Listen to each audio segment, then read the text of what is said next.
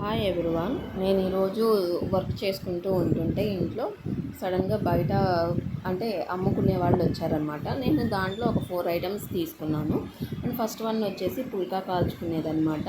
అంటే చాలామంది diet follow అవుతారు కాబట్టి ఆయిల్ లేకుండా కాల్చుకోవడానికి ఉంటుంది కదా, సో అందుకని ఉంటుందని ఒకటి తీసుకున్నాం.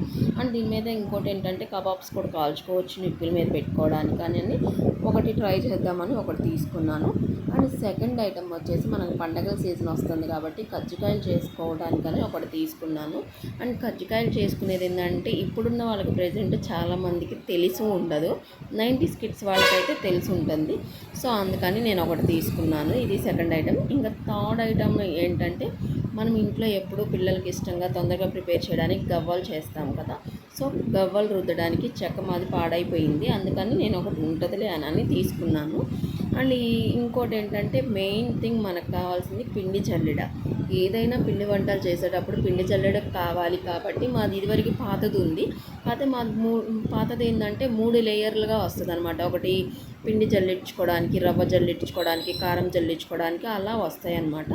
సో నేను ఇలా 4 ఐటమ్స్ తీసుకున్నాను ఇవాళ మార్నింగ్. సో ఇవి నేను తీసుకున్నది కూడా బయట అమ్ముకునే వాళ్ళ దగ్గర తీసుకున్నాను. అండ్ నేను తీసుకున్న 200కే. ఈ 4 కలిపి 200 మాత్రమే తీసుకున్నారు. సో ఇది వర్తా కాదా అని మీరే చెప్పాలి. So bye guys, subscribe the channel.